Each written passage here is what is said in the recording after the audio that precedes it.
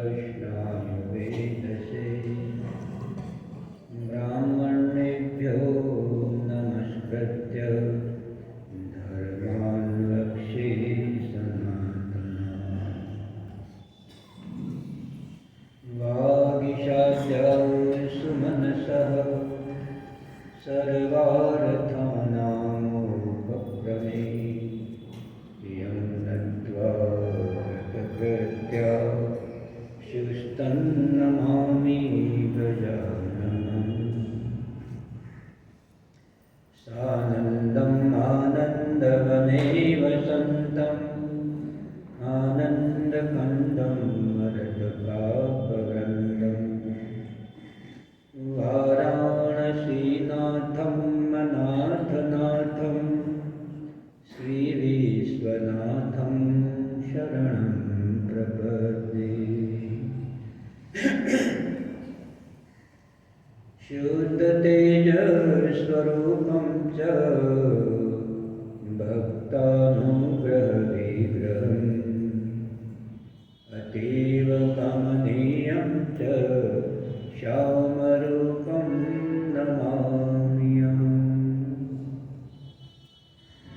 परिपूर्णतमं शान्तं राधाकान्तं मनोहरं सत्यं ब्रह्मस्वरूपं च नित्यं कृष्णं नमाम्यहम् नमोऽस्तु रामाय सलक्ष्मणाय देवे च तस्यै जनकात्मजायै नमोऽस्तु रुद्र इन्द्रयं अनिलेभ्यो नमोऽस्तु चन्द्रार्कमरुदगणेभ्यः ॐ नमः परमहंसास्वादिचरणकमलचिह्नमकरन्दाय भक्तजनमानसनिवासाय श्रीरामचन्द्राय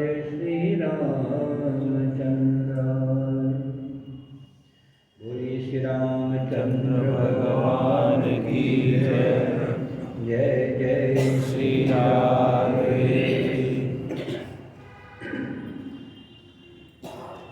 जब भी कोई कीर्तन हो ना तो कीर्तन में तन्मयता रखिए, क्योंकि सारे शास्त्रों का सार भगवत नाम है।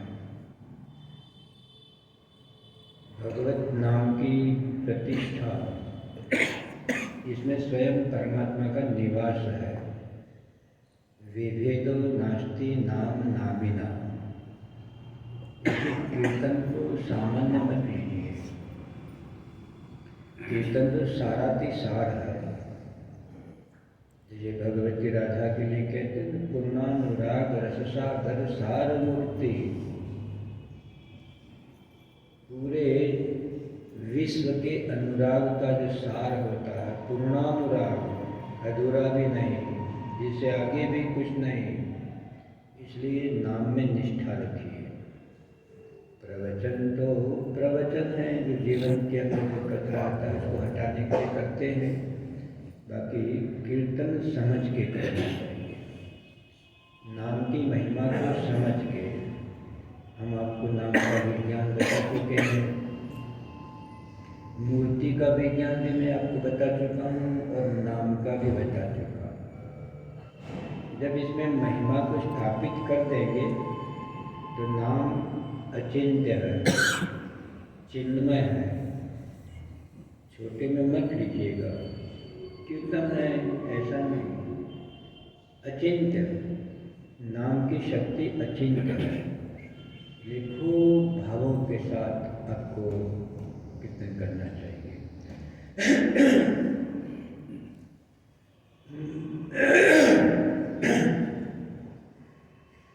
बोल मेरी रसना हरि हरि बोल, बोल मेरी रसना हरि हरि बोल, बोल मेरी रसना हरि हरि बोल, बोल मेरी रसना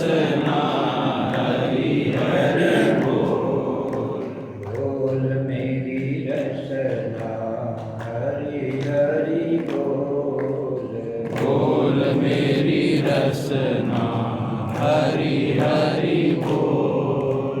हरि हरि बोल रसना हरि हरि बोल। हरि हरि बोल रसना हरि हरि बोल। बोल हरि बोल हरि हरि हरि बोल। बोल हरि बोल हरि हरि हरि बोल। बोल मेरी रसना हरि हरि बोल। बोल मेरी रसना हरि हरि बोल। बोल मेरी रसना हरि हरि बोल।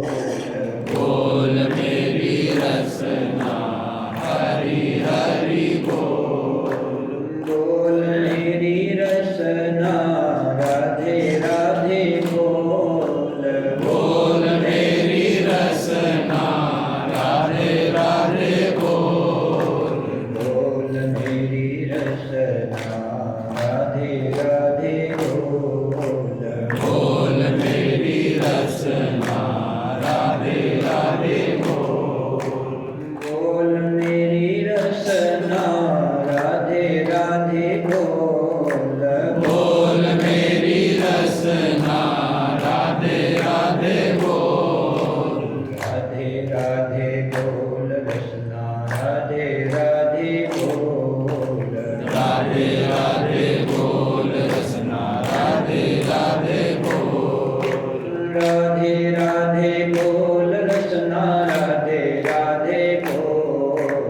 राधे राधे बोल रसना राधे राधे बोल। राधे राधे बोल रसना राधे राधे बोल। राधे राधे बोल रसना राधे राधे बोल। बोल मेरी रसना राधे राधे बोल। बोल मेरी रसना राधे राधे बोल। राधे राधे बोल रसना राधे राधे बोल। राधे राधे बोल रसना राधे राधे बोल। राधे राधे बोल रसना राधे राधे बोल। राधे राधे बोल रसना राधे राधे बोल। बोल मेरी रसना राधे राधे बोल। बोल मेरी रसना राधे राधे बोल। बोल मेरी रसना राधे राधे बोल। बोल मेरी रसना राधे राधे बोल। बोल मेरी रसना हरि हरि बोल। बोल मेरी रसना हरि हरि बोल। बोल मेरी रसना हरि हरि बोल। बोल मेरी रसना हरि हरि बोल। बोल हरि बोल हरि हरि हरि बोल। बोल हरि बोल हरि हरि हरि बोल। बोल हरि बोल हरि हरि हरि बोल। बोल हरि बोल हरि हरि हरि बोल। बोल मेरी रसना हरि हरि बोल। बोल मेरी रसना हरि हरि बोल। बोल मेरी रसना हरि हरि बोल। बोल मेरी रसना हरि हरि बोल। बोल श्री रामचंद्र भगवान की जय। श्री कृष्ण चंद्र भगवान की जय। श्री शिव शंकर भगवान की जय। जय जय श्री राधे। इस पावन धरा को प्रणाम करता हूँ जहाँ पर महापुरुष अपने कर्म को समाज के प्रति एक आयाम देते हैं, वह भूमि तीर्थ स्थल बन जाती है। गोविंद भवन, गीता भवन, ये तीर्थों में तीर्थ है। एक तो तीर्थ होते हैं जो कालांतर में अपना प्रभाव दिखाते हैं। तीर्थों में कितना भी भ्रमण करो, कितनी बार गंगा नहाओ, इसे गंगा का महात्मा कम नहीं है, किंतु कालांतर में बहुत समय के बाद उसका लाभ मिलता है। किंतु तीर्थों में भी जो तीर्थ होता है, जो महापुरुष निवास करते हैं, वो तत्काल हमारे जीवन का परिवर्तन कर देते हैं। सत्संगति कथम किम न करोति कुशाम। सत्संग दुर्लभ है, तीर्थ दुर्लभ नहीं है, गंगा स्नान भी दुर्लभ नहीं है, किंतु सत्संग दुर्लभ है। सत्संग मिल जाता है तो जीवन बदल जाता है। इसलिए सत्संग की महिमा अपरंपार है। अभी हम कीर्तन में जो हरि शब्द का प्रयोग कर रहे थे, बोलते बोलते हमारे मन में भाव आना चाहिए कि हरति पापानां, हरति दुःखानां, हरति अज्ञानानां, हरति रागम, हरति द्वेषम, हरति अस्मितां, हरति अभिनिवेशनम इति हरि।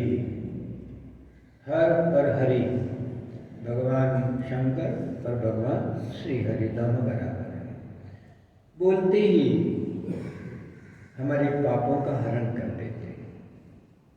नाम संकीर्तनम यस्य सर्व पाप प्रणाशनम। आपके और मेरे बीच अब दूरी कम रह गई है। ये मत सोचे कि मैं जा रहा हूं, किंतु आपके निकट आ रहा हूं।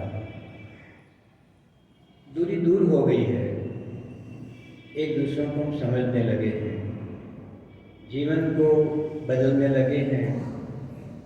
तो जितनी निकटता होती है उतना ही उनका प्रभाव हम पर पड़ता है। इसलिए सत्संग मिल जाए तो मंदिर मत ढूंढना। सत्संग मिल जाए तो दैनिक पूजा को इतना महत्व मत देना। सत्संग मिल जाए तो पहले सत्संग, सत्पुरुषों का संग हमारे जीवन को बदलता है। स्वाति बूंद जब गिरती है तो अलग अलग स्थानों पर गिरती है और उस स्थान का प्रभाव पड़ता है। बूंद तो वही है, स्वाति बूंद शिपी में गिर जाती है, लेकिन पानी मोती बन जाता है तो पानी। स्फटिक क्या है? कालांतर के अंदर जिस पानी में पिघलने की शक्ति समाप्त हो जाती है तो स्फटिक बन जाता है पानी। आश्चर्य है। मोती पानी है, किंतु सामान्य पानी नहीं है, आकाश का पानी है। आकाश का भी नहीं, स्वाति नक्षत्र में गिरा हुआ विशिष्ट सामान्य पानी और एक प्रभु के द्वार से मिलने वाला चरणामृत में फर्क है ना।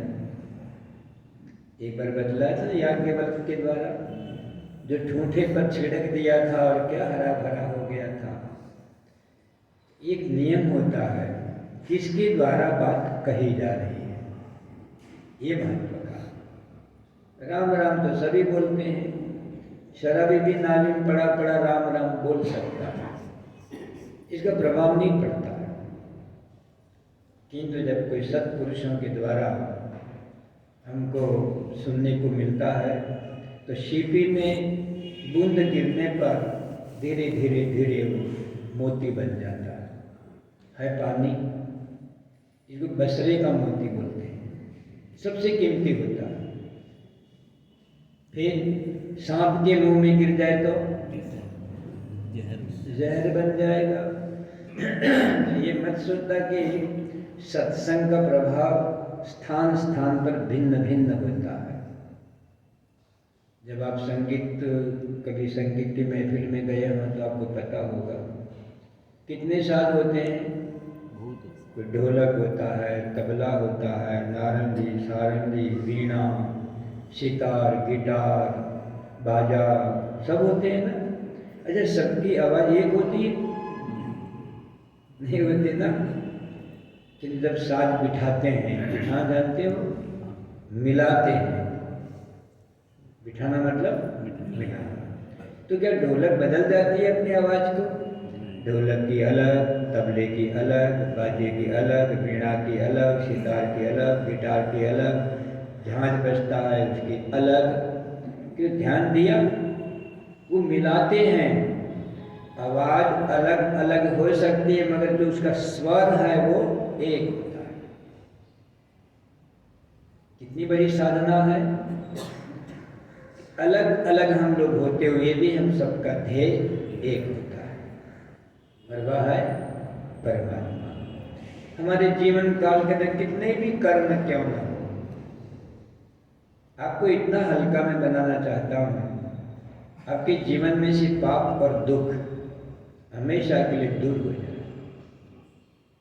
जहाँ कर्म करते हो और जो कर्म करते हो उसी कर्म से परमात्मा का मार्ग निकलता है।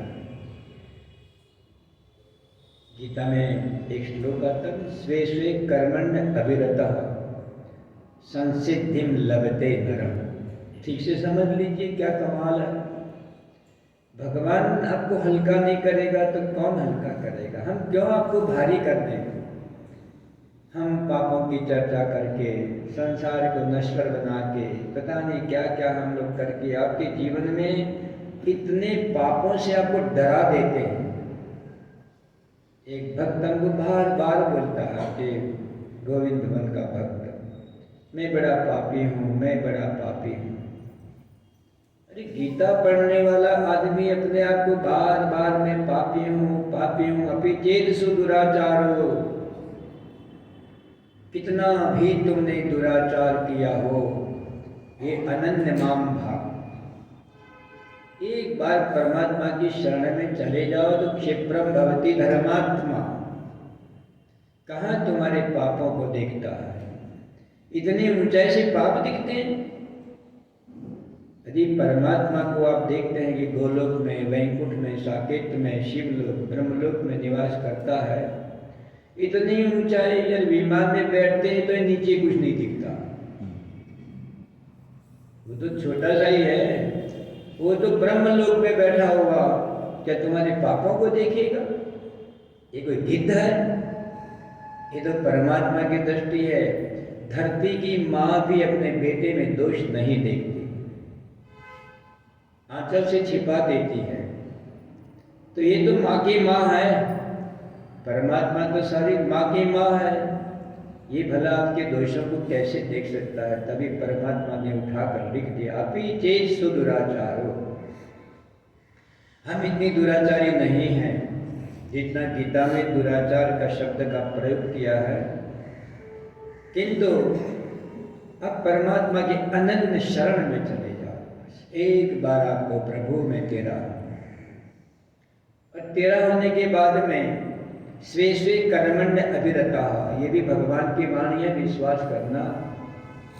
अब जो काम करते हो बुरा नहीं है, यदि बुरा मानते हो निकाल दीजिए, बुरा को बुरा बना दीजिए। समझ आया क्या कहा? बुरा को बुरा, कौन सा बुरा, कौन सा बुरा? हाँ, एक बुरा जो हम बुरा मानते हैं और एक बुरा जो मीठा मानते हैं, शक्कर को बुरा मानते हैं ना, ऐसा बुरा बना दीजिए ना। ये बुरा कब बनता है? जब भगवान की शरण में जाते हैं। एक बार प्रभु तुझे समझ लिया, भगवान तो झूठ बोल ही नहीं सकते। स्वे स्वे कर्मण्य अभिरता, यहाँ कोई भी कर्म की व्याख्या नहीं कि ये कर्म वो कर्म, कोई भी कर्म जलेबी की तरह टेढ़ा मेढ़ा कर्म क्यों ना हो, किंतु चाशनी में डूब जाना चाहिए। जलेबी से ज़्यादा कोई टेढ़ा होता? कितना टेढ़ा होता है? पर चाशनी में डूब जाए तो जलेबी तो मजा आ जाता है, रस रस होती है। अरे प्रेम की चाशनी में, भक्ति रस की चाशनी में डाल दीजिए, परमात्मा के श्री चरणों में कर्मों को डाल दीजिएगा। अब ये क्यों कहते हो गोल गोल ही हो, सुंदर ही हो? अरे कुछ भी, इसको समझाने के लिए अभी स्वे स्वे कर्म ने व्रतों के पहले एक बात याद आ गई। हम आपको द्वारका ले चलते हैं, इसके बाद वृंदावन चलेंगे, क्योंकि मैं जो मूल तत्व है, जो समझने का तत्व है ना, वो मैंने 5-7 दिन में अब तक पहुंचाया। इसको समझे बिना कुछ भी समझ में नहीं आता, इसलिए मैंने झुंझुनू बजाकर आपको ठगा नहीं। जो वास्तविक चेतना क्या है, प्राण क्या है, ब्रह्म क्या है, परमात्मा क्या है, राम और कृष्ण क्या है, इनको मैंने युक्ति युक्त बात कह के, मैंने तत्व की चर्चा करके आपके हृदय का भार हल्का कर दिया है। कितना समझे हो? नहीं भी समझे हो तो याद रखना, जहर अनजान से पी लेंगे तो भी मरेंगे, और अमृत भी अनजान से पी लेंगे तो अमर हो जाएंगे। आपका बल, आपके मन की स्थिति, मन के संकल्प को बदल दो। आपके भीतर मन के संकल्प बड़े जबरदस्त हैं, जो करना चाहो वो आप कर सकते हैं। चलना भी नहीं, हाथ पांव ढीले हो जाएं, पर मन यदि आपका मजबूत है, संकल्पवान है, तो आप क्या नहीं कर सकते। जब मन से मन का मिलन का आप कर देते हैं तो याद रखिएगा, ज्योति से ज्योति जब मिल जाती है तो कहीं बीच में लकीर नहीं रहती है। दो दियों को कितना भी पास पास पास सटा दो तो दिए तो एक नहीं हो सकते हैं, पर ज्योति दो नहीं हो सकती। ज्योति तो है एकदम, कहाँ से मिलती है यही नहीं पता। आपकी जो चेतना की ज्योति है, सारे दीपक झगमग झगमग हो रहे हैं, भले शरीर से हमारी दूरी हो सकती है, जो झगमग झगमग ज्योति हमारे भीतर, ये घी और तेल से नहीं जलती है, इसमें धुआं भी नहीं उठता है, निर्धूम ज्योति है। ब्रह्म ज्योति निर्धूम ज्योति है, जो आपके भीतर जलती, धुआं करती ही नहीं है। आप चाहते हैं, अब तो ज्योति को संसार की तरह उसको देखते हैं, संसार की तरह नहीं, निर्धूम ज्योति, धुआं नहीं निकलता, ये आपके अंतःकरण में कालिक पैदा नहीं करता है। इसलिए हमने आपको ब्रह्म ज्योति, आत्म ज्योति, विष्णु ज्योति, इन सब ज्योतियों से मैंने आपको परिचित कराया है। अब थोड़ा सा हम नीचे उतरते हैं, क्योंकि उसको समझे बिना ये समझ में नहीं आता। इसलिए हमने पहले आपको आत्मा से, चेतना से, वास्तविक चेतना क्या होती है, शरीर क्या होता है, संसार क्या होता है, भगवान ने संसार क्यों बनाया है, भगवान ने शरीर क्यों बनाया है, मैंने सारी बातें आपके सामने खोल खोल कर रखी है। याद रहे न रहे, किंतु मन के अंदर तो ये संग्रह हो गई। इतनी बड़ी करामात परमात्मा में है, तो अपने संकल्प को आप बलवान बनाइए। हम द्वारका चलते हैं तो नारद जी को मन में वही की लीला हो पाएगी, ज़्यादा तो नहीं हो पाएगी। कि जब भगवान नारद जी के मन में आता है कि भगवान श्री कृष्ण ब्याह करके गए हैं द्वारका, तो कैसा उनका जीवन होगा, 16,108 के बीच कैसे रहते होंगे। ध्यान देना परमात्मा को, ये आपकी तरह गृहस्थ हैं। हम लोग तो बचने के लिए नहीं बोलते हैं, मैं गृहस्थ हूँ महाराज। इतना दिन क्या हो गए? राम गृहस्थ नहीं है, कृष्ण गृहस्थ नहीं है, ब्रह्मा गृहस्थ नहीं है, विष्णु शिव, बड़े बड़े ऋषि महर्षि भी गृहस्थ थे। गृहस्थ होना अभिशाप नहीं है, परमात्मा को न पहचानना ये अभिशाप है। आपको एक दिन कहा था, याद हो तो, संसार में आप कोई भी काम करते हो, मैं बोलता हूं कोई पाप नहीं करते हो, किंतु परमात्मा को नहीं जानते हो, सबसे बड़ा पाप यही है। अब इससे ज्यादा मैं सरल क्या कर सकता। आपकी दुनिया को छेड़े बिना बोलता हूं, दुनिया के जितने भी काम परमात्मा ने आपको दिए हैं वो पाप नहीं है, किंतु जब परमात्मा को नहीं जाना, नहीं मनुष्य श्रेष्ठ तरह ही किंचित, मनुष्य यदि परमात्मा को न पहचाने कि श्रेष्ठता किस बात में है। तो नारद जी को हुआ कि इन सबको हल्का कर देता हूं, द्वारकापुरी ध्यान से जो उसके रहस्य है। मैं जब कोई लीला रखता हूं तो ये लीला नहीं होती है, इसमें रहस्य होती है। अब भागवत की कोई भी लीला, आपने प्रश्न ही नहीं पूछे, भागवत की कोई भी लीला, पुराणों की कोई भी लीला आपने मेरे सामने रखी होती, मैं इनके रहस्यों को बताता कि लीला का रहस्य क्या होता है। छोटी छोटी बातों से हम परमात्मा के रहस्यों को जानने की कोशिश करेंगे। सात आसमान पार जाने की जरूरत नहीं है, जो सात आसमान के पार है वो तुम्हारे हृदय आकाश के अंदर विराजमान है, पता लगा दो बस। और न भी पता लगा दो, लीला में ध्यान दो। कैसे लीलाएं हैं, नारद जी द्वारका में प्रवेश करते हैं, वहाँ एक मंदिर मिलता है। अब इसकी व्याख्या करूँगा तो लीला तक नहीं पहुँच पाऊँगा, पर भगवान ने एक मंदिर की स्थापना की है जो भक्ति देवी का मंदिर है। थोड़ा थोड़ा आशय बता लेता हूँ, बात लंबी है। भक्ति देवी के मंदिर में बीच में भक्ति देवी हैं, इनकी आंखों में से झर झर आंसू बहते रहते हैं। अगल बगल एक तरफ नारद जी को देख रहे हैं। लीला बड़ी अद्भुत है। काकभूषुंडी स्वयं भी कई लोकांतरों में काकभूषुंडी अपने को देखते थे। कहते कितने लोग लोकांतरों में गया, दुनिया बदलती गई, किंतु ये जो दशरथ नंदन भगवान श्री राम है वो ऐसा ही मिला, वो नहीं बदलता। देखिए कितने भी जन्म हो जाए, हमारी आत्मा नहीं बदलती है। राम कैसे बदल जाएंगे? तो भक्ति देवी की आंखों में से झर झर आंसू बहते हैं।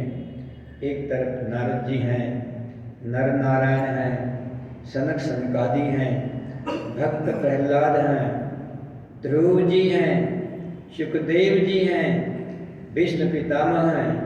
ऐसे बड़े बड़े सब विरक्त संत उनके अगल बगल भक्ति के बैठे हैं। बद्रीनारायण गए हो ना? गए होंगे। अच्छा, बद्रीनारायण में और जो अपने संसार में मंदिर है, तो कोई फर्क मालूम पड़ा ना? ध्यान देना। यहाँ जितने मंदिर हैं सबके बगल में, मतलब भगवान राम है तो सीता बगल में होगी, विष्णु का मंदिर होगा तो लक्ष्मी बगल में होगी, कृष्ण का मंदिर होगा तो राधा बगल में होगी। तो बद्रीनारायण तो तपस्थली है ना। हिमालय में गए हैं भगवान तपस्या करने के लिए, तो देखिए बद्री तो नाम इसलिए पड़ता है वो बेरों का ही भोग लगाते हैं। तो स्थिति देखते हैं मंदिर की, हम जाते हैं प्रणाम करते हैं। उस बद्रीनारायण के अगल बगल आपने किसी को देखा? एक तरफ नारद जी खड़े हैं और एक तरफ नारायण खड़े हैं। देखिए दोनों संत हैं। यदि तपस्या करना है तो संतों के बीच रहिए।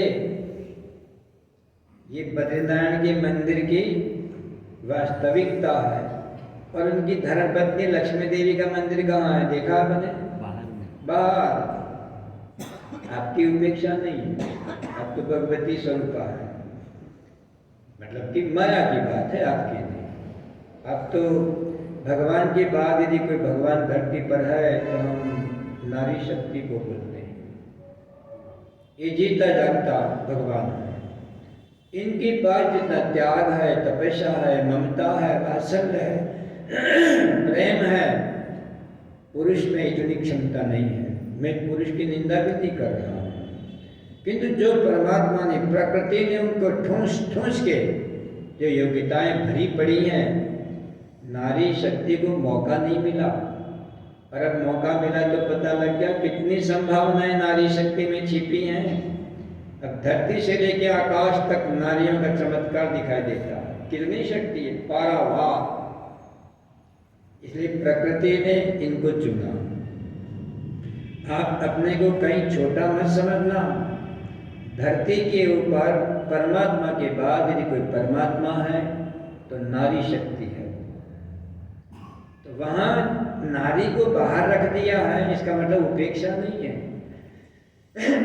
किंतु भक्ति के मार्ग में, तपस्या के मार्ग में जो विधि है सामने रखा है, इनका तिरस्कार नहीं किया, बहिष्कार नहीं किया है, अपने सन्मुख रखा, अपनी आंखों के सामने रखा है।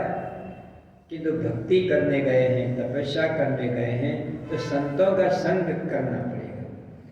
शंकराचार्य जी की मूर्ति है, महान आचार्यों के, भगवान शंकर के अवतार हैं। नारद जी स्वयं एक संत हैं, नर नारायण स्वयं एक संत हैं, सनक शंकर जी स्वयं एक संत हैं। तो संतों के बीच रहना, कोशिश करना अच्छे संत मिलें। तो घर बाद में जाना, पहले संतों का संग करना। भाई मैं आपको स्वाति बिंद वगैरह बोल रहा था ना, जरा एक झपट्टा मार देता हूँ, फिर अधूरा रह जाएगा। सांप के मुख में गिरता है तो जहर बन जाता है, बांसों के बीच गिरता है तो वंशलोचन बन जाता है।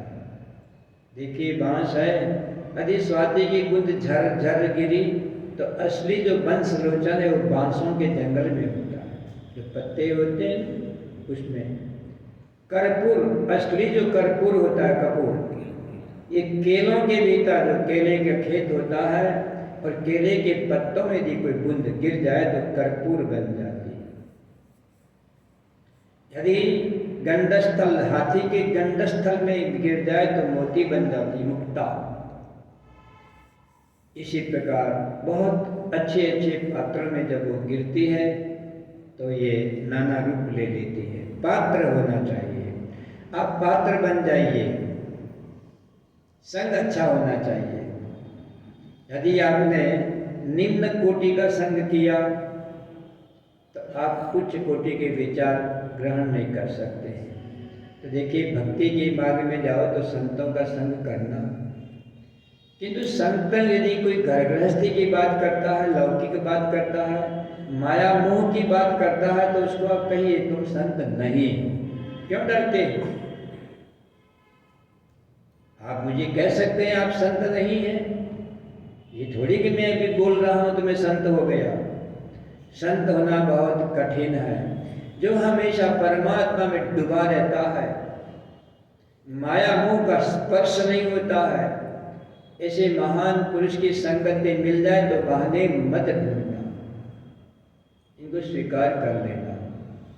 तो नारद जी ने देखा भक्ति के मंदिर में सब भक्त लोग हैं, त्यागी लोग हैं, और कीर्तन चल रहा है और भक्ति देवी के आंखों में से झर झर आंसू बह रहे हैं। तो मालूम पड़ता है एक आंख में से ब्रह्म द्रव्य झर रहा है। जो विष्णु चरण का जल है वो ब्रह्म द्रव्य है, जो गंगा के रूप में आपको सुलभ है। गंगा जी का दूसरा नाम क्या है? ब्रह्म द्रव्य। सुना होगा आपने, ब्रह्म द्रव्य, जिसके अंदर साक्षात ब्रह्म द्रवीभूत होकर धरती पर ऊपर आप लोगों का कल्याण करने के लिए उतर के आपके बीच बहती है। केवल गंगा मत मान लेना कि पानी बह रहा है। गंगा के भीतर पाप नाश करने की शक्ति है। गंगा के पानी को आज भी हजारों साल रखते हैं, कीड़े नहीं पड़ते हैं। कितना पवित्र है, भगवान के चरणों का जल है। यदि आप ठीक से गंगा का ध्यान करें तो विष्णु के चरणों की जो सुगंध है वो गंगा जी के जल में सुगंध आपको मिलेगी। मैं तो जब ऋषिकेश गया था तो चमत्कार हो गया था, पूरा कमरा ऐसी दिव्य सुगंध से भर गया था। कहाँ कलयुग है? आप पात्र बनिए, आप पात्र बनेंगे तो जहाँ जाएंगे भी परमात्मा की सुगंध चारों तरफ फैली हुई है। उनके एक आंख में से ब्रह्म द्रव्य झर रहा है। भक्ति वह होती है कि राम राम करते समय, कृष्ण का जाप करते समय आपकी आंख में से जो आंसू झर रहे हैं, ये केवल सामान्य नहीं होते हैं। वंदे नंद प्रदस्त्रीणाम पाद रेणुमभिक्षणशः, कहते हैं हम नंद बाबा की गांव की जो गोपियां हैं उनके चरणों के रज को प्रणाम करते हैं। रज का इतना महत्व, कहते हैं हाँ, किस लिए उनकी रज पवित्र है। यासाम हरि कथोदगीतम पुनाति भुवनत्रयम्, ये ब्रह्मा बोलते हैं। कहते हैं वो जो गोपिकाएं हैं, ये जो ब्रजबालाएं हैं, उनके चरणों की धूल इसलिए पवित्र है कि आसाम हरि कथोदगीतम, प्रातः से लेकर सायं तक कोई भी काम स्वे स्वे कर्म निभिरता, गोबर पाथने से भगवान मिले, गाय दोने से भगवान मिले, घर गृहस्थी के काम करते करते कृष्ण उनके पीछे डोलने लगे। कहाँ काम छुड़ाया है? इसी काम से गोपियों की समझ हमारे में आनी चाहिए। जो काम आपको दिए हैं, आप गोपियों की लकीर खींचिए, इसी काम करने से ही परमात्मा मिलता है। शायद वेद पढ़ने की जरूरत नहीं है ना, रोटी बनाते बनाते मिल जाए, घर लिपते लिपते मिल जाए, गोबर पाते पाते मिल जाए, अरे छाछ बनाते समय, मक्खन निकालते समय भी भगवान मिल जाए, अरे बच्चों को दूध पिलाते पिलाते मिल जाए, आपके सारे घर गृहस्थी के काम करते करते भी भगवान श्री कृष्ण श्रीमद् भागवत के अंदर घर घर डुलता है। हर गोपी के घर में घुस घुस के गोपियों को अपना बना लेता है। केवल कथा थोड़ी है, केवल आप इसको लीला मानते हैं, अपने ऊपर इसको लगा दीजिए, मैं जो भी काम करूं, आप इतना तो बोल दीजिए कि इसी काम करने से ही परमात्मा मिलते हैं। अभी भी शायद समझ में नहीं आया होगा। जो आप काम करते हो बदला नहीं ना कि मंदिर से रास्ता निकलता है। यदि मंदिर से रास्ता निकलता होता तो हनुमान जी लंका में गए थे तो मंदिर मंदिर प्रतिकरी शोधा, सब आकार तो मंदिरों का है कि तो वहां अंदर देखते हैं सारे के सारे कहीं पर राक्षस मिलते हैं। बाहर मंदिर से क्या होता है, भीतर कौन निवास करता है? तो केवल मंदिर का आकार बनाने से तो हम मंदिर नहीं हो जाएंगे। अंदर तो राक्षस पड़े हैं, ये हनुमान जी की वाणी है। तो बाहर हम मंदिर बनते हैं ना, पवित्र बनते हैं, कंठी बांधते हैं, तिलक करते हैं, पता नहीं क्या क्या करते हैं, बाहर से मंदिर बन गए। किंतु कभी रात हृदय पर हाथ रख के बैठना कि मेरे भीतर कोई राक्षस तो नहीं छिपा। आप भगवान की वाणी को पकड़िए, आप सरल हो जाएंगे, इतने निर्भर हो जाएंगे, मैं खुश हो जाऊंगा। आप जो भी कर्म करते हैं, कर्म का कोई नाम नहीं है, कोई भी कर्म करते हैं, प्रत्येक कर्म भगवान को पाने के लिए ही हो रहा है। आपके बस में कहाँ है? इतनी समझ पैदा होते ही जीवन धन्य हो जाएगा। एक आंख में से ब्रह्म द्रव्य भगवती गंगा प्राप्त हो रही है, विष्णुपति, और एक आंख में से प्रेम द्रव्या यमुना भगवती प्रेम द्रव्या कहलाती है, जिसके किनारे घूंट पीने से हृदय के अंदर छिपा हुआ प्रेम साकार हो जाता है। प्रेम द्रव्या, जितनी प्रेम की लीलाएं हुई हैं वो सब यमुना तट पर है, और जितना ब्रह्म का अनुसंधान हुआ है, बड़े बड़े योगी यतियों ने जो ब्रह्म प्राप्ति की है वो गंगा किनारे की, वो ब्रह्म द्रव्या है। और यमुना भगवती प्रेम द्रव्या है। एक बार आंख से देख भी लो तो भक्ति रानी की एक आंख में से प्रेम द्रवीभूत हो रहा है और दूसरी आंख में से ब्रह्म द्रवीभूत हो रहा है। आपने राम बोल दिया और जो आपकी आंखों में आंसू आ गए, हृदयांद्राव्यन यशा भक्ति इति अभिधीते। कठिन बात मैं आपको नहीं बतला रहा हूं, बहुत सरल। आपकी आंखों में से आप जानते नहीं हो किंतु भगवान का स्मरण करते करते यदि दो आंसू टपक गए तो एक ब्रह्म द्रव्य है और एक प्रेम द्रव्य है। एक ब्रह्म का ज्ञान कराती है, ब्रह्म से मिलाती है, और दूसरी प्रेम कराती है, प्रेम की दुनिया में हमको रखती है, कृष्ण से मिलाती है। आंसू सामान्य है, घर गृहस्थी के लिए रोते हो जरा परमात्मा के लिए रो लो। तो नारद जी उस भक्ति के दर्शन करके प्रेम और ब्रह्म इन दोनों का समन्वय करके द्वारका में प्रवेश करते हैं। द्वारका के शरीर को बोलते हैं, अब उसकी व्याख्या का समय नहीं है, किंतु इतना कि द्वारका आपके शरीर को बोलते हैं। जो द्वार कह कृष्ण को बोलते हैं, क ब्रह्म को बोलते हैं। कम ब्रह्म खम ब्रह्म, देखिए क की महिमा तो कबूतर का क यही तो पढ़ते हो, किंतु जब उपनिषद के भीतर जाओगे तो कम ब्रह्म, क ब्रह्म को बोलते हैं। तो का उस ब्रह्म की विशेषता को, साकार ब्रह्म को का बोलते हैं, निराकार ब्रह्म को क बोलते हैं और साकार ब्रह्म को का बोलते हैं। साकार आंखों के सामने बैठा है और द्वार जहां से वहां पहुंचा जाता है, दरवाजा मोक्ष धाम का द्वारा। देखिए द्वार गुरुद्वारा होता है, ऐसे ही जिसके द्वारा, तो सत्संग के द्वारा, शरीर के द्वारा। तो द्वार का मतलब होता है जिसमें परमात्मा निवास करता है। तो बोलिए आप द्वारका हो गए ना, अंदर बैठा है ना ब्रह्म। इतना ध्यान होना चाहिए, भले दिखे नहीं, आप देखने की चिंता मत करना। हर चीज दिखाई नहीं देती है, अनुभव में आती है। आपको दर्द होता है, भूख लगती है, तो आपको दिखाने की शक्ति है? क्यों लिए कहीं यहाँ हो रहा है, यहाँ हो रहा है, जब दिखाओ तो माने ना। आपको भूख लगी है, दिखती है पर होती है ना, भले ना दिखे, अनुभव में तो हो रही कहाँ भूख लगी है। अरे दर्द हो रहा है, तो जब दर्द दिखता नहीं है फिर भी मानते हो नहीं, तो ईश्वर के लिए क्यों नास्तिक बन जाते हो? मान लीजिए जब मैं चल फिर रहा हूं तो वो है, भले ना दिखे, क्या फर्क पड़ता, छिपता भी तो नहीं है।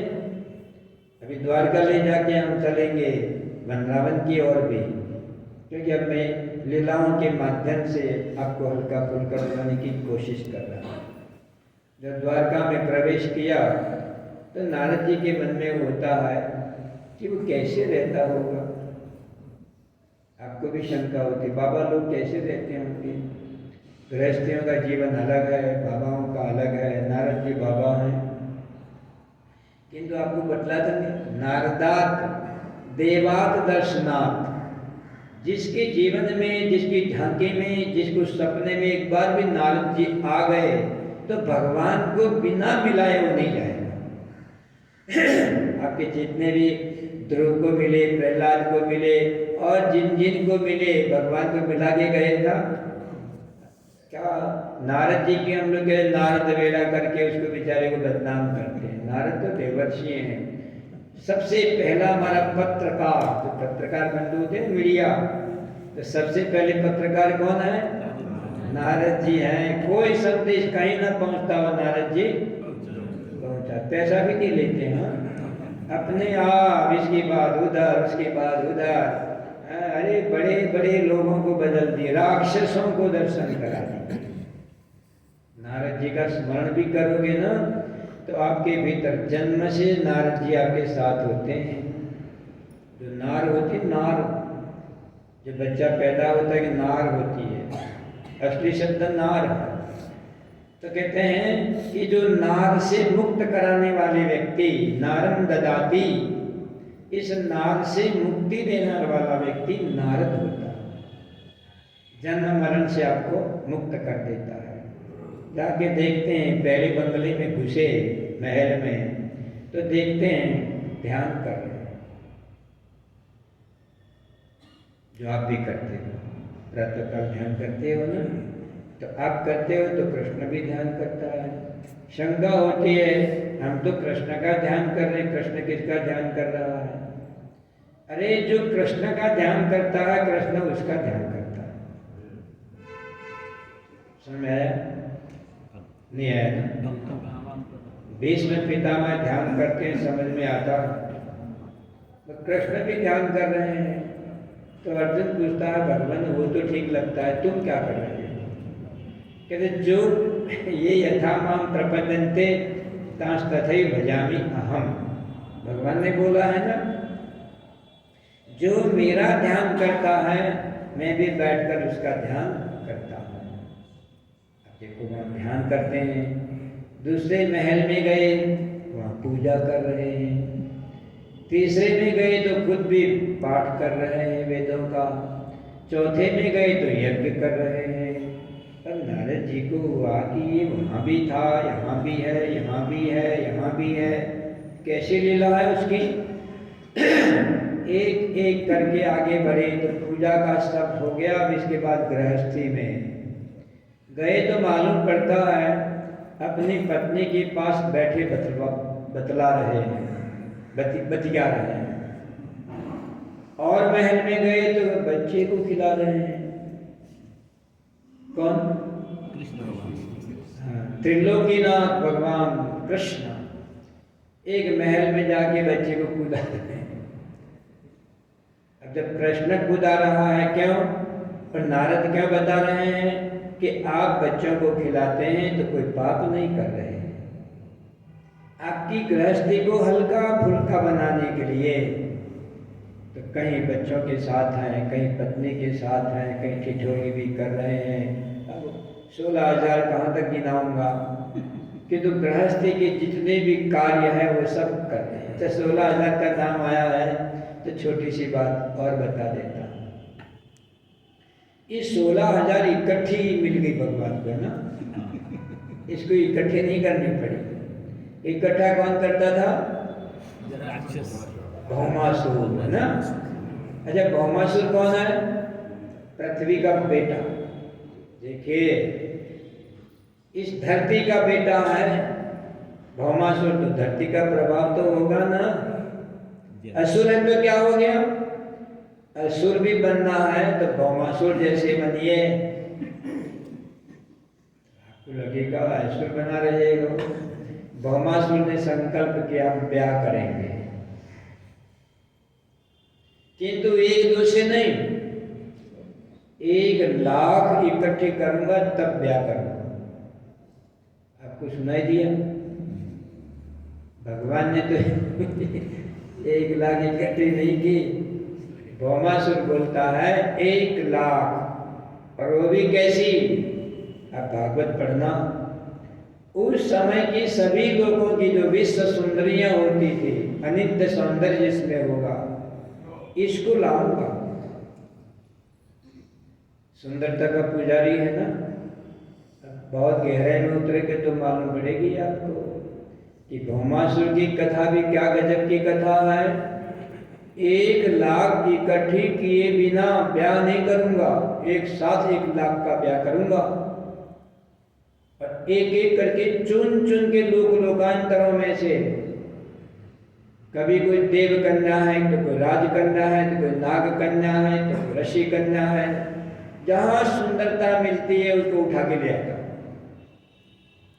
किंतु उठा के लाने के बाद में ब्याह नहीं करता, छूता नहीं है। इसने महल बना रखा था, सब सुविधा, खूब खाओ पियो, बिल्कुल आनंद से निश्चिंत होकर रहो, हम तुमको हाथ से भी नहीं छुएंगे। समझ आ रही है? मुश्किल है ना। आजकल तो जो विश्व सुंदरी बनती है वो सीधी मुंबई के कुएं में जाके गिर जाती है। मतलब मुझे बोलना नहीं चाहिए मंच पर वो उनकी जो दुर्गति होती है वो तो हो ही जाती है। किंतु ये देखो हमारा इतिहास, विश्व सुंदरी को लाकर एक रखता अपने पास है, सब सुविधा देता है, छूता नहीं है। बोलिए कम तपस्या है, कम संयम है? एक दो नहीं, कितनी इकट्ठी कर पाया? अभी तो 16,000 ही कर पाया, कितनी बाकी रह गई? शायद 84,000 ऐसा ना। अभी तो 84,000 ढूंढनी है। अंदाज लगाइए 16,000 इकट्ठे करने के बाद भी जिसका मन कामुक नहीं हुआ, भगवान तो इसके घर आएंगे ना। अब कहा जाए तो भौमासुर असुर है, वो लड़कियों को उठा के ले आता है। अरे ले तो आता है, मगर संकल्प भी तो देखो, 1,00,000 नहीं होंगी तब तक ब्याह नहीं करूंगा, किसी भी कन्या का स्पर्श नहीं करूंगा। कितना बड़ा संयम है। हमारी आंखें कितनी व्यभिचारी है। भगवान हमारी आंखों में आएगा? अरे कि देखना है तो कहाँ देखना चाहिए? यदि आंख तुम्हारी है तो जरा नियंत्रण रखिए ना, कुछ सीखिए। हम अपनी बेटी की युवावस्था को थोड़ी देखते हैं, हम तो अपनी बेटी में उस परमात्मा को देखते हैं कि श्रीमुख को देखते हैं, गदगद हो जाते हैं, निर्विकार भाव से देखते हैं। जब बेटी को देखने के लिए आपके पास निर्विकार आंख है, तो सड़क चलती कन्या को अपनी बेटी बनाकर देखने की आंख संयमित है कि नहीं? नहीं है तो बनाइए, कुछ करिए ना। केवल देखने से कुछ बात बननी नहीं है, मगर तुम्हारी आंखें उसके पीछे पीछे पीछे पीछे चली जाती हैं, और भागवत भी पढ़ते हो और भौमासुर की कथा भी पढ़ते हो। आपको सुनाता है कथावाचक ऐसी बातें? केवल कथा सुनाता है। अरे भौमासुर बड़ा व्यभिचारी था, 1,00,000 को लाने का संकल्प किया, 16,000 उठा के ले आया। तुमको हो तो दिखाई देता, इसका संयम क्यों नहीं दिखाई देता? ऐसा संयम हो सकता है? ध्यान देना मनुष्यों, आप साधक हैं, आप गोविंद भवन के प्रेमी हैं, धीरे धीरे अपने आप को बदलो। आपको गांठ बांध के जो स्त्री दी है वो तुम्हारी है, जो आपको गांठ बांध के नहीं दी है उसके प्रति आपकी आंख व्यभिचारी कैसे हो जाती है? और व्यभिचारी आंख में परमात्मा कैसे प्रवेश कर सकता है? भगवान दूर नहीं है। मैं आपको पहले ही बोलता, मैं अपनी आंख से जैसे परमात्मा को देखता हूं, मैं चाहता हूं कि आपकी आंख भी ऐसी निर्विकार हो जाए और आप भी परमात्मा को देख सकें। जीवन तो सार्थक इसको बोलते हैं। कहीं गया नहीं परमात्मा, तुम्हारे चारों ओर मंडरा रहा है, किंतु जो हमारी आंख में काम की जो कालिख लगी हुई है उसको देखने नहीं देती है। जब वहां सारे 16,108 जो भौमासुर, जब 16,000 हो गई तो भगवान को ढूंढनी नहीं पड़ी, वो सब विश्व सुंदरियां हैं बाबू, और भगवान पहुंच गया। भौमासुर का उद्धार भी कर दिया।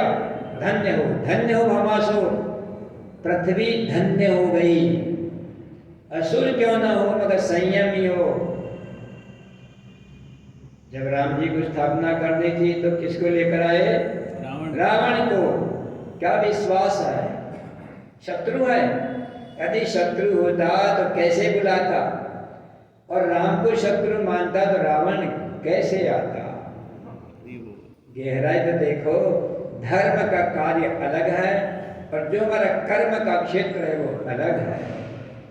रावण बोलता है छोड़ जाऊं सीता को, जब ले तो आया ही था साथ में, क्योंकि पता है कि बिना दाम्पत्य के यज्ञ पूरा नहीं होगा, स्थापना करनी है, तो रावण साथ में लाया सीता भगवती को, लाके बोलता भी है छोड़ जाऊं, तो राम कहते नहीं, हम लड़के लेंगे, तुमने छीन के लिया है तो हम लड़के लेंगे। ध्यान रखना क्या धर्म होगा।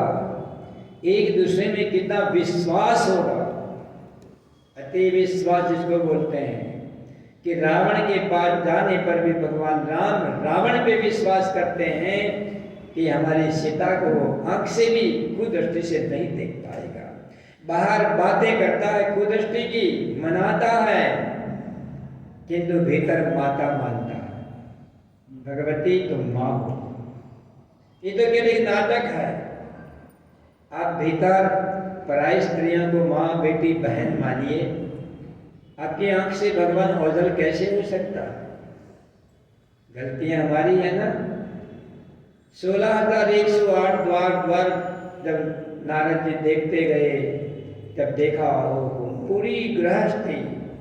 16,108 महल बनाना, 16,108 रूप बनाना, और प्रत्येक महल के भिन्न भिन्न क्रियाएं करना, इसका नाम होता है जबरदस्त गृहस्थी। ऐसा गृहस्थी तर गया, आप कैसे डूब सकते हो? आपकी छोटी गृहस्थी है। किंतु विचार देखिए, वहीं से जो कर्म परमात्मा ने आपको चिन्हित किए हैं, उसी कर्म से परमात्मा मिलता है। ऐसी दृढ़ आस्था आपकी कभी बनी है? आप तो दुकान जाते हो तो रोते हो, आज भजन नहीं हुआ, आज ये हो गया, तो भी भजन करता, दुकान काय को गया? भजन करेगा नहीं, दुकान जाएगा, वहां जाकर रोएगा, भजन नहीं हो रहा है। तू जो करता है, इससे ज्यादा तो कोई बोल नहीं पाएगा ना। तुम जो करते हो, पर प्राकृत है, कृत्रिम नहीं, इतना ध्यान रखना। जो प्रकृति से प्रदत्त आपके कार्य हैं, उस कार्य को करने से ही परमात्मा मिलता है। तभी स्वे स्वे कर्मण्य अभिरता, आप इस काम में लगिए। संसिद्धिम, आपको परम कृष्ण भगवान श्री कृष्ण की आपको प्राप्ति होगी। संसिद्धिम लभते नरः। ये ध्यान आपको लगेगा कि परमात्मा ने मुझे चिन्हित किया है। जो परमात्मा ने अपनी दुनिया में मुझसे जो काम करवाने हैं, ध्यान रखना, मंत्र हैं सारे। परमात्मा को अपनी दुनिया जो खुद ने बनाई है, खुद चलाता है। इसको चलाने में जो मुझे शामिल करके जो कार्य सौंपा है, मैं उस परमात्मा का कार्य कर रहा हूं। मैं नहीं मानता हूं कि आपको यमराज का दूत हाथ भी लगा सके। गीता पढ़ के आस्था को ऐसी मजबूत करिए, जमाइए, दृढ़ करिए। दर्शन करके नारद जी लौटे तो हस्तिनापुर आए। अब आपको रहस्य बता रहा हूं, ध्यान रखना। जब हस्तिनापुर आए तो नारद जी को हुआ कि चलो पहले धृतराष्ट्र को ही मिल लेते। धृतराष्ट्र के पास गए तो पता लगा नारद जी आए हैं। तो दुर्योधन, शकुनी आदि सब इकट्ठे हो गए। कहाँ से आ रहे हो बाबा? भाई हम तो द्वारकापुरी से आ रहे हैं भगवान श्री कृष्ण की लीला को देखते हुए। तो नास्तिक क्या बोलेगा? वो तुम्हारा भगवान क्या कर रहा है? समझाया? मेरा नहीं, वो जो तुमने भगवान मान रखा है ना, जब द्वारका से आ रहे हो तो क्या कर रहा है? तो नारद जी को हुआ कि अब इनको वो क्या बताऊंगा, वो क्या कर रहा है। कुछ चुटकी बजाता हूं। देखो नारद जी कम थोड़ी है। उन्हें कहा भाई मैं गया तो एक सुई की नोक में से हाथी घोड़े निकाल रहा था। नारद जी को कम थोड़ी है, गुरु है वो। तो दुर्योधन बोला, क्या बोला फिर से बोलना? कहते वो छोटी सुई घोड़ा आती है ना, वो क्या बोलते, तुर्पण करने वाली छोटी माता को छोटी सुई की नोक कैसी होगी? उसका छिद्र बहुत छोटा, धागा बड़ी मुश्किल से जाता है ना। अच्छा सुई की बात आई तो धागे की बात बता दी। अरे ये धागा सुई में डालने के लिए क्या करते हो? पानी तो लेने जाते नहीं हो, क्या लेते हो? गरबोठों पे लगा लेते हो, गीला कर लेते हो, फिर क्या करते हो? बटते हो ना। अरे तो साधना हो गई। छोटी सी सुई ने एक धागे से जोड़ने के लिए इतनी बड़ी बात कह दी कि छोटे से क्षेत्र में की भी बिखरा हुआ धागा जो कोना है तो सबको एक कर दो, चली जाएगी, टूटा होकर जोड़ देगी। तुम्हारा ये बिखरा हुआ मन, इसको बटकर एकदम, जैसे अर्जुन जब निशाना लगाता था तो एकाग्र हो जाता था, ऐसे मन को एकाग्र करिए, भटकने से रोकिए। धागा तो आप बट रहे हो मगर मन को तो आप छूते भी नहीं हो। साधना है ना, बटो, जो बिखरा हुआ मन है इंद्रियों के द्वार से उसको जरा बट दो, एक कर दो। और जब आपने नोक एक कर दिया तो बताओ, जब तीर्थ बनाते, तीर्थ देखा है आपने कभी कैसा होता है? आगे से पहना, इसका मतलब भले बाहर कैसा भी हो मगर अंदर पहना होना चाहिए एक लक्ष्य के लिए, तभी तो लक्ष्य भेदता है। आपका मन परमात्मा के मंदिर में जाने के पहले कैसा होना चाहिए? बटा हुआ धागे की तरह। कैसे नहीं दिखेगा? आप दावे से कह सकते हो, बटे हुए मन के द्वारा हर मंदिर में भगवान जीता हुआ दिखाई देगा, आंखें उठाता और मिटाता हुआ आपको दिखाई देगा, हर पत्थर आपको बोलता हुआ दिखाई देगा। मैं झूठ नहीं बोल रहा हूं यहाँ बैठ के, मैं तो अपने भगवान को सब प्रकार से देखता था। पत्थर की मूर्ति हंसती थी, बोलती थी, खाती थी, पीती थी। खैर उधर नहीं जाता हूँ तो आप कहेंगे बाहरबाजी, अपनी ही बात लगाने लगे। मैंने कहा हाथी घोड़े निकाले तो कोई दुर्योधन ने ताली बजे, वाह वाह गप्पोड़ी बाबा। तुम भी गप्पोड़ी और तुम्हारा भगवान भी गप्पोड़ी। अरे धागा तो जाता नहीं, में हाथी घोड़े निकाल रहे हो बाबा, क्या बात है। फिर चुटकी और क्या कर रहा था? अरे एक छोटी सी गागर थी, उसमें पूरे सागर भरता जा रहा था पर गागर भरती नहीं थी।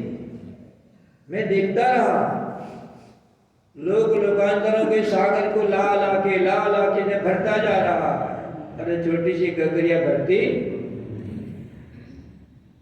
अरे बाबा हो गया तुम जाओ। नारद जी हंसते हंसते चल दिए। रहस्य बोलता हूँ, ध्यान देना। मैं जब कभी कोई चुटकुला सुनाऊं ना तो उसके पीछे बहुत रहस्य होता है। फिर गए युधिष्ठिर के पास में, जब पूछा कि द्वारका से आए हैं, सब खड़े हो गए, पांव पूजे, पांव धोए, आदर सत्कार, उसने कुछ पूछा ही नहीं था। आदर सत्कार किया, नमन किया, बिठाए, पूजा की। द्वारका से आए हो? गद हो गए। द्वारका से भगवान का स्पर्श करके आ रहे हो? अरे कोई गंगा से नहाकर आया था तो पांव छुए, ये गंगा नहा के आया है, ये तीर्थ में से जाकर आया है, ये संतों के पास से आया है, ये मंदिर से लौटा है। जैसे ही सुना तो सब गद हो गए। पूजा करके आकर स्वागत किया। स्वागत करने के बाद धीरे से पूछते हैं, प्रभु क्या कर रहे हैं? तो इनको लगा यहाँ भी लगा दो। कहला भाई वो तो बैठा सुई की नोक में से हाथी घोड़े भीम ने ठहाका लगा के हंसा। भीम मोटी बुद्धि वाला है, हंसा तो बहुत मगर बोला कुछ नहीं। फिर पूछा बाहर और क्या कर रहे थे? तो वो कहने लगे गागर में सागर भर रहे। तो युधिष्ठिर तो बोले, कहते रे मेरी प्रभु है ना, ये सुई की नोक में से हाथी घोड़े थोड़ी, अरे बड़े बड़े बड़े पहाड़, पर्वत, सूर्य, चंद्र, ब्रह्मांड के ब्रह्मांड निकाल सकता है। और छोटी सी गागर के अंदर वो चाहे तो पूरे ब्रह्मांडों का जितना भी सागर है सारे एक बिंदु के रूप में रख दे, जैसे एक बीज में पूरे पेड़ को रखता है ना। करामत किसके पास है? एक अनार के फल को, अनार को खोल के, और फिर जो सबसे बड़ा जो वैज्ञानिक हो या बड़ा बड़ा इंजीनियर हो ना, इसको देखना ना बेटा, इसको मैंने खोल दिया है, तो जमा दो, तुम्हारी इंजीनियरिंग पूरी हो गई। जमा पाएगा? नहीं। कोशिश करना, जिंदगी बीत जाएगी, नहीं कर पाओगे। और ये कितने अनारों में दाने गुथ देता है, क्या सटा के, ऐसा नहीं सटा के एक दूसरों को बचा के और सबके मुंह में रस भी भरता है ना? आपको नहीं दिखता, मेरे को दिखता है। मुझे तो हर फल में परमात्मा दिखता है, हर फूल में परमात्मा दिखता है। देखने की आंख अलग है। जब देखा तो भीम को वह भगवान ने समझ नहीं पाया। वहां तो मजाक कर रहे थे, तो भीम को पता है कि अब नारद तो झूठ बोल नहीं सकता है, मेरे भाई ने भी इसमें समर्थन कर दिया है, तो हाथी घोड़ा बता रहे हो, मेरा भाई तो बोलता ब्रह्मांड के ब्रह्मांड निकाल देगा। तो भीम को जिज्ञासा होती, भैया ये सच है? कहते इसी को पूछो, देख के आया है। समझ में आ रहा है ना? युधिष्ठिर खुद नहीं बताते, समझ तो गए, तभी तो बोले ब्रह्मांड निकाल देता है। कहते बाबा से पूछो, देख के आया है। तो भीम ने हाथ जोड़ के कहा, मेरी मोटी बुद्धि है, सुई की नोक में धागा नहीं जाता है, वो कैसे हाथी घोड़े निकाल देता है? तो देखो रहस्य। आपकी आंख देखी है आपने? हाँ, ध्यान दीजिएगा, रहस्य ये है, आपकी जो पूरी आंख है वो नहीं दिखती। ये जो दृश्य दिखाई दे रहे हैं ना, तो आंख के भीतर एक नीली आंख होती है बड़ी, इसके भीतर भी देखना, एक छोटी ज्वार का दाना होता है, एक ऐसा भी, कभी ठीक से आंख देखी है? ये जो आंख के डॉक्टर है वो देखते हैं। आपने देखी अपनी आंख को? आपकी आंख में एक सफेद होता है, फिर एक बड़ा नीला होता है, फिर इसमें एक और बिंदी होती है, इसमें एक और बिंदी होती है। देखिए आपने? नारद ने देखी, युधिष्ठिर ने देखी। ये जो आपको दृश्य दिखाई देते हैं ना, तो उपनिषद बोलता है कि बाल का जो अग्रभाग, अग्रभाग जानते हो, ऊपर जो मोटाई, इसका 100वां हिस्सा करो। आपको दूंगा तो कर दोगे? नहीं है? कहते हैं 100वां हिस्सा कर दो, इतना तुम्हारी आंख में एक छिद्र है। शास्त्र की खोज देखो, अब वो छोटे से छिद्र से अंदर वाला देख रहा। कितने में से? पूरी आंख नहीं दिखती, याद रखिएगा। वो जो आंख में फिर वो छोटा सा छिद्र है, बहुत छोटा। सुई का छेद तो बड़ा है, ये तो बाल के अग्रभाग से भी 100वां हिस्सा है, ये उपनिषद बोलता है। और बोलिए, अपने आंख में से ये सब निकल रहा है ना, मकान के मकान, दुकान के दुकान, पूरी गंगा हमारी आंख में से निकल रही, हिमालय पहाड़ निकल रहा है, ऊपर देखो तो ब्रह्मांड निकल रहा है ना। कहाँ से निकल रहा है? वो जो परमात्मा ने छोटा छिद्र दिया है। कमाल है ना? झूठ कहाँ है? भीम तो नाचने लगा। हो, हम तो सोच भी नहीं पाए थे कि परमात्मा कैसी कारीगरी करके हमको बनाता है। एक छोटे से आंख, हम पे वो छिद्र नहीं दिखाई देता है, पूरी आंख को ही ले लो, कितनी बड़ी है बताओ। इसमें से सब निकल रहा है ना, ये सबको आप देखते हो कहाँ से निकल रहा है? पहले अंदर जाता है तब बाहर आता है ना। एक तो आप जानते होंगे शायद कि देखे हुए दृश्य जब पीछे जाते हैं तो हमारे नेत्र पटल के अंदर से वापस आते हैं, तब दिखाई देते हैं। ये तो विज्ञान है। खोज, कितनी खोज तो की है। इसका अर्थ छिद्र में से सब जा रहा है ना, और फिर निकल रहा है ना। छोटे से छिद्र में चमत्कार है कि नहीं है? कि चमत्कार को जो देखता है वो परमात्मा को देखता है। एक दूसरा प्रश्न भी आएगा, कहते चलो तो मान लिए। भीम तो नाचने लगा। आज पता लगा कृष्ण की कारीगरी का।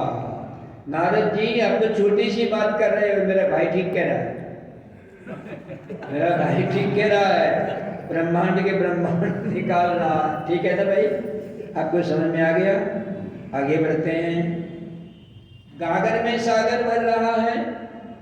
अरे तेरी बुद्धि रूपी गागर में ज्ञान के सागर भरता जा रहा है, भरता जा रहा है, जन्म जन्मांतर भरता जा रहा है। भरी अभी भी बाकी है ना, अभी भी खाली है ना, अभी कुछ पड़ेगी तो अंदर जाएगा ना।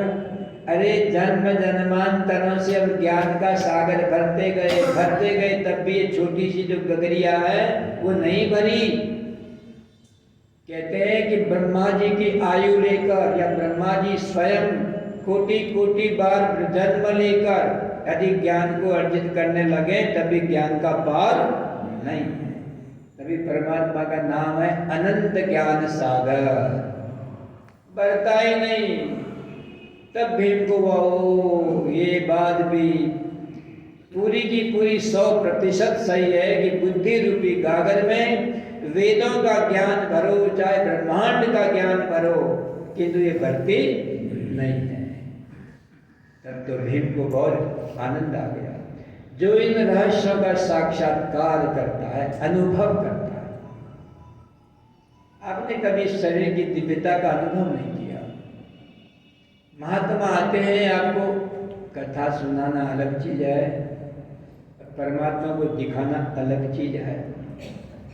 यदि आप इस प्रकार ध्यान करोगे अब कि मेरी आंख का एक छोटी सी छिद्र के अंदर मकान के मकान, दुकान के दुकान, नगर के नगर।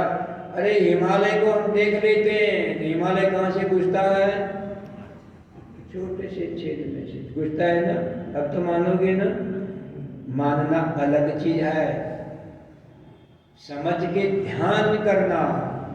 आप परमात्मा की दिव्यता का अपने एक एक अंग में ध्यान करोगे, हर अंग से परमात्मा प्रकट होता है। बोलिए शरीर दिव्य है कि नहीं? कि हमने दिव्यता नहीं, इसको भोगी बना दिया, खाने वाला बना दिया, कमाने वाला बना दिया और अंत में मरने वाला बना दिया। अरे राम राम राम। मृत्यु तो एक परिवर्तन है, मृत्यु परिवर्तन। एक घर से दूसरे घर में जाना, एक गांव से दूसरे गांव में जाना, एक लोक से दूसरे लोक में जाना, तो मृत्यु तो परिवर्तन है। जैसे कपड़े बदलते हैं, जैसे घर बदलते हैं, तो मृत्यु शरीर बदलता है। अच्छा मान लो आपने खूब दान किया, पुण्य किया, तो आपको नहीं पता पुण्य का फल मिलेगा, दान का फल मिलेगा। अब यहाँ तो बूढ़े हो गए हैं, यहाँ क्या मिलने वाला है? तो भगवान कहता है मरो,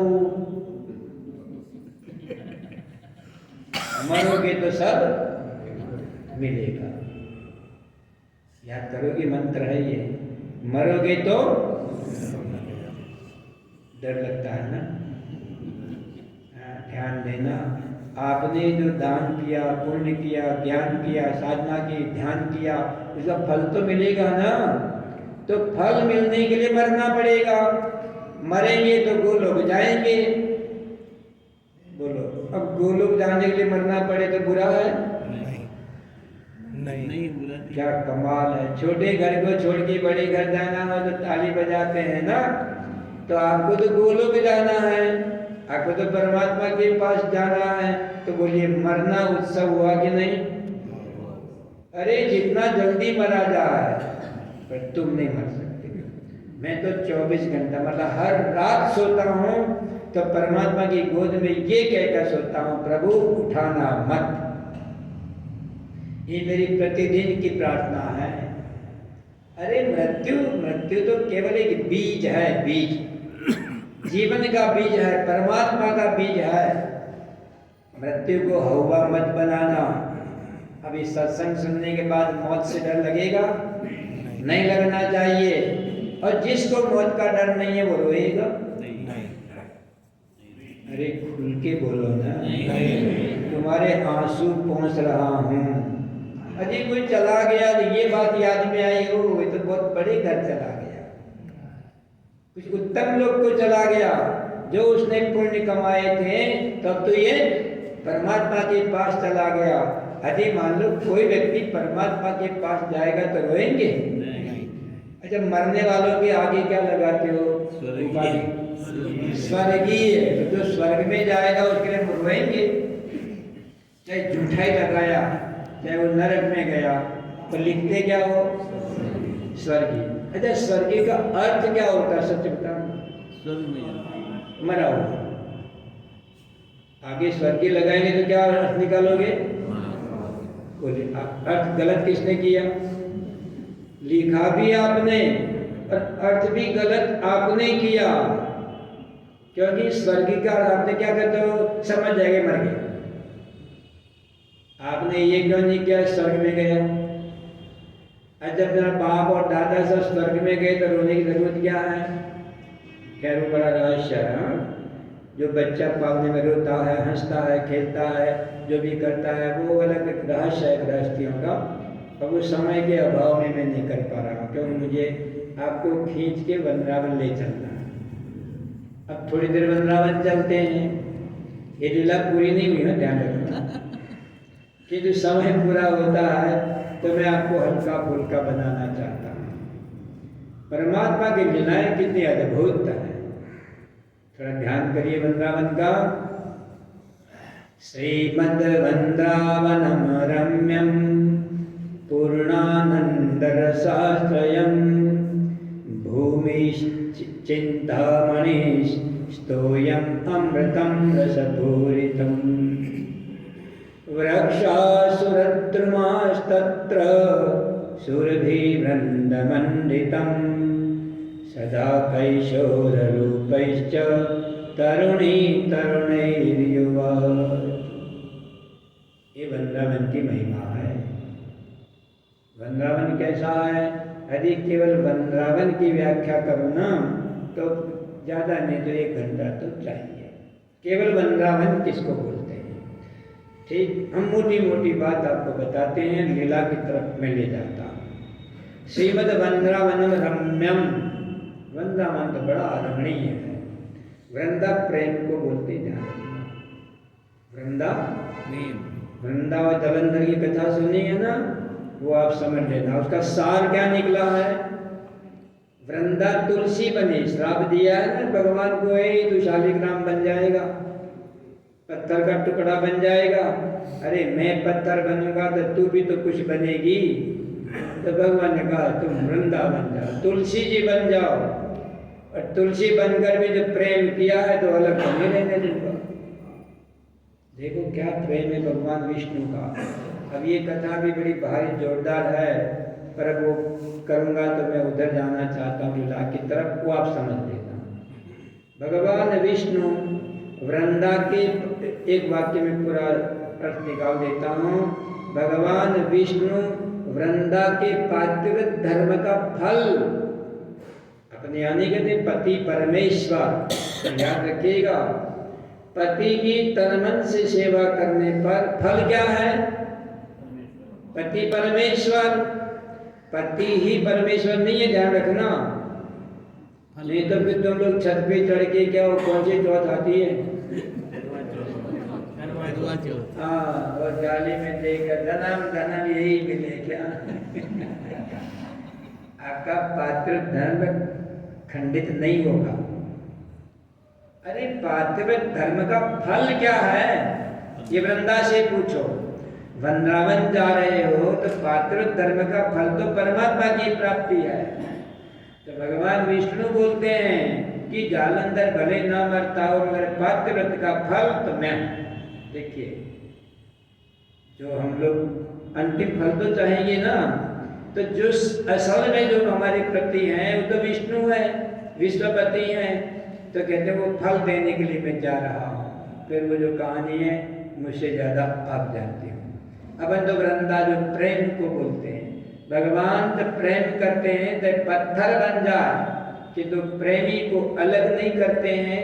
और शालिग्राम की पूजा तभी पूरी होती है जब उसकी छाती के ऊपर तुलसी रख दी जाती है। पक्का? तो देखिए है ना, तुलसी वृंदा है और बटगरी विष्णु है, साथ साथ चलते हैं।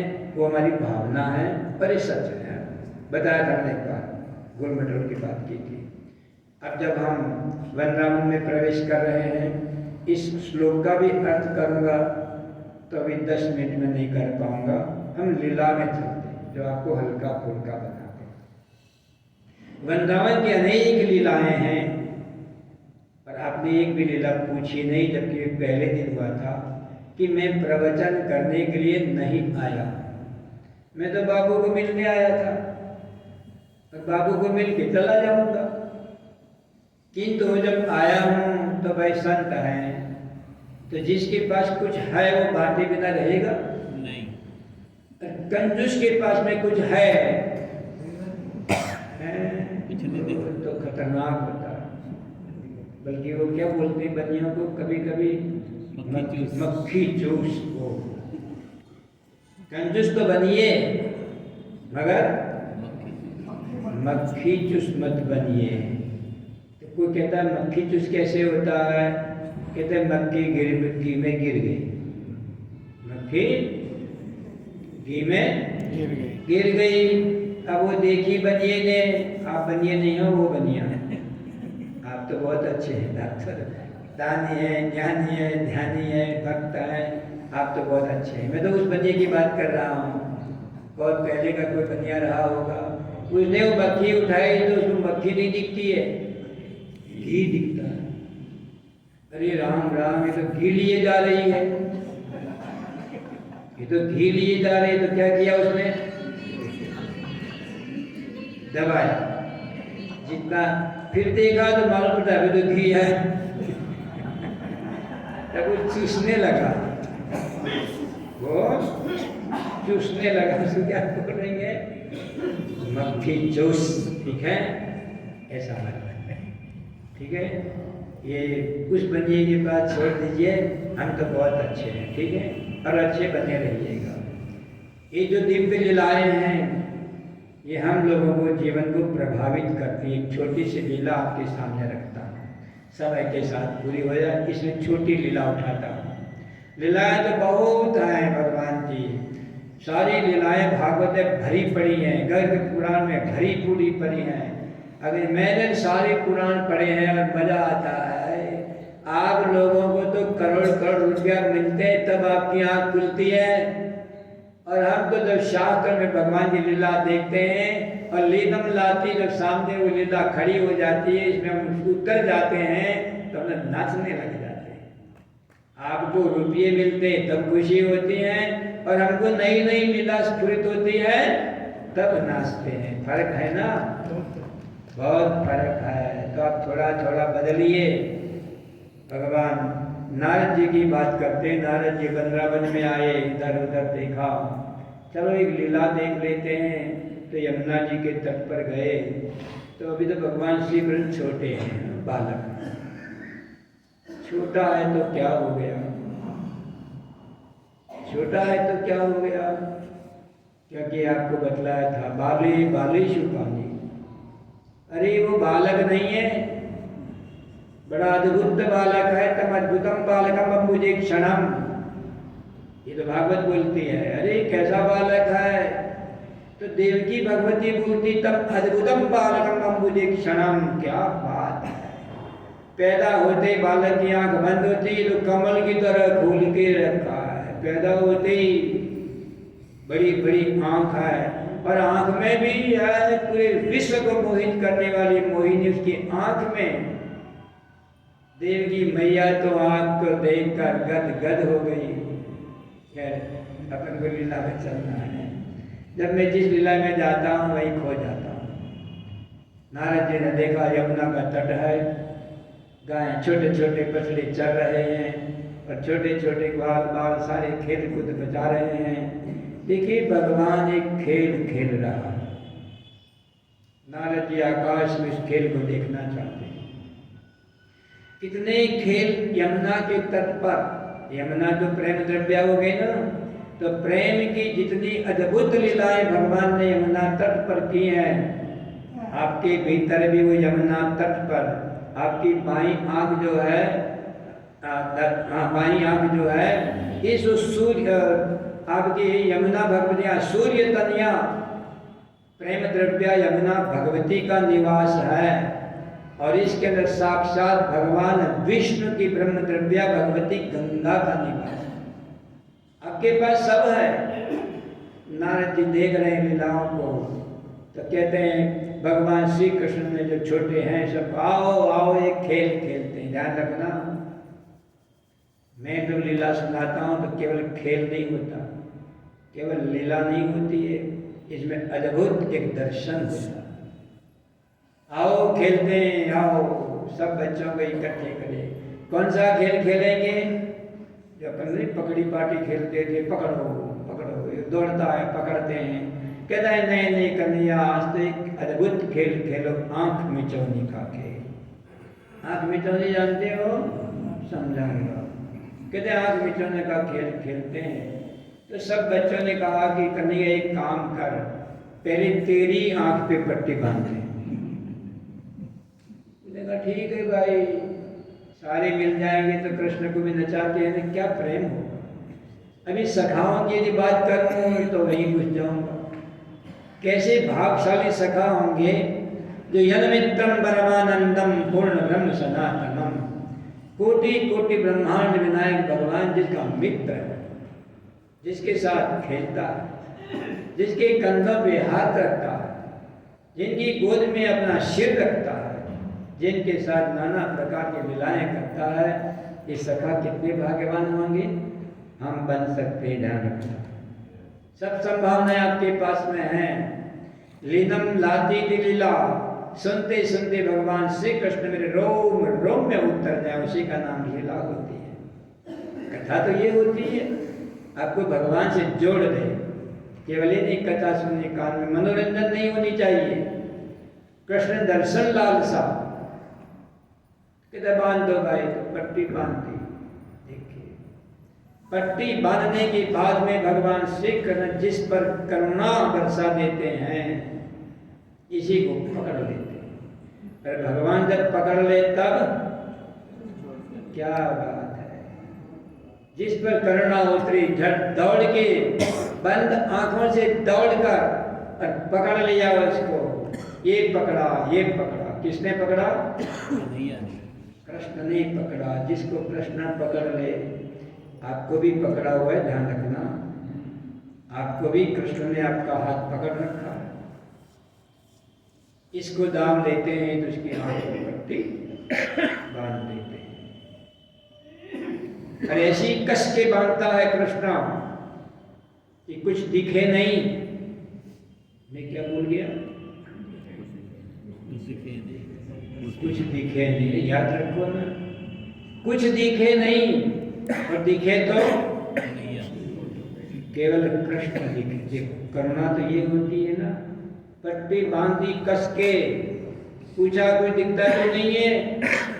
कहते कुछ नहीं दिखता है। अरे ठीक से देखना। कहते कुछ नहीं दिखता है, ठीक से देख, तू दिखता है। समझ आई ना? यह है परमात्मा की घटना। कहते मैं दिखता हूं और लपेटा, और दुपट्टा मांग के और लपेटा और छोड़ दिया, पकड़।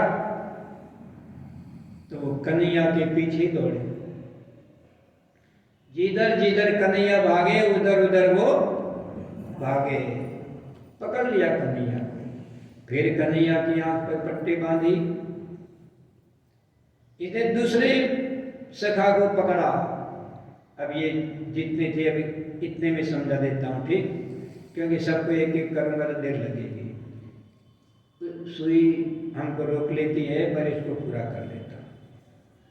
तो ये अद्भुत लीला है। भगवान श्री कृष्ण रुठ गए,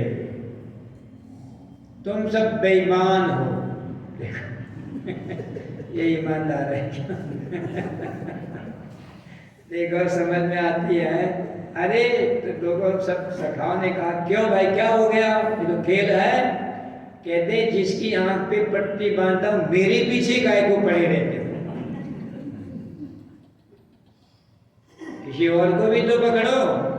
तो देखिए हर पट्टी वाला क्या बोलता है, जब पट्टी खोलते हैं तो सब दिखते हैं, और तू पट्टी बांधता है तो सब दिखना बंद हो जाए, तू दिखना शुरू हो जाता है।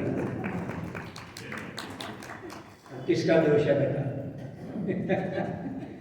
आंख मिचौनी। कहते हैं कि जब तू पट्टी बांधता है तो ये दुनिया दिखनी बंद हो जाती है, और जब दुनिया दिखनी बंद हो जाती है तो परमात्मा दिखना दिख सकता है ना।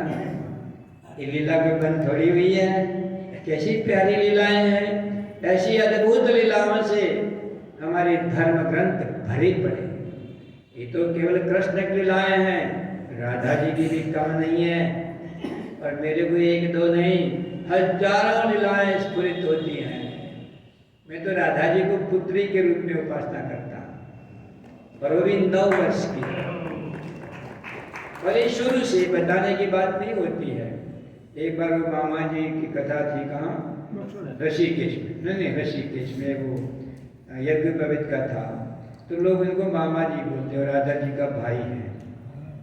तो मैंने कहा है कि तुम्हारा मामा लगता है, लेकिन मेरा तो ये बेटा है, क्योंकि राधिका मेरी बेटी है, ये बेटी का भाई है, तो मेरा बेटा ही तो हुआ।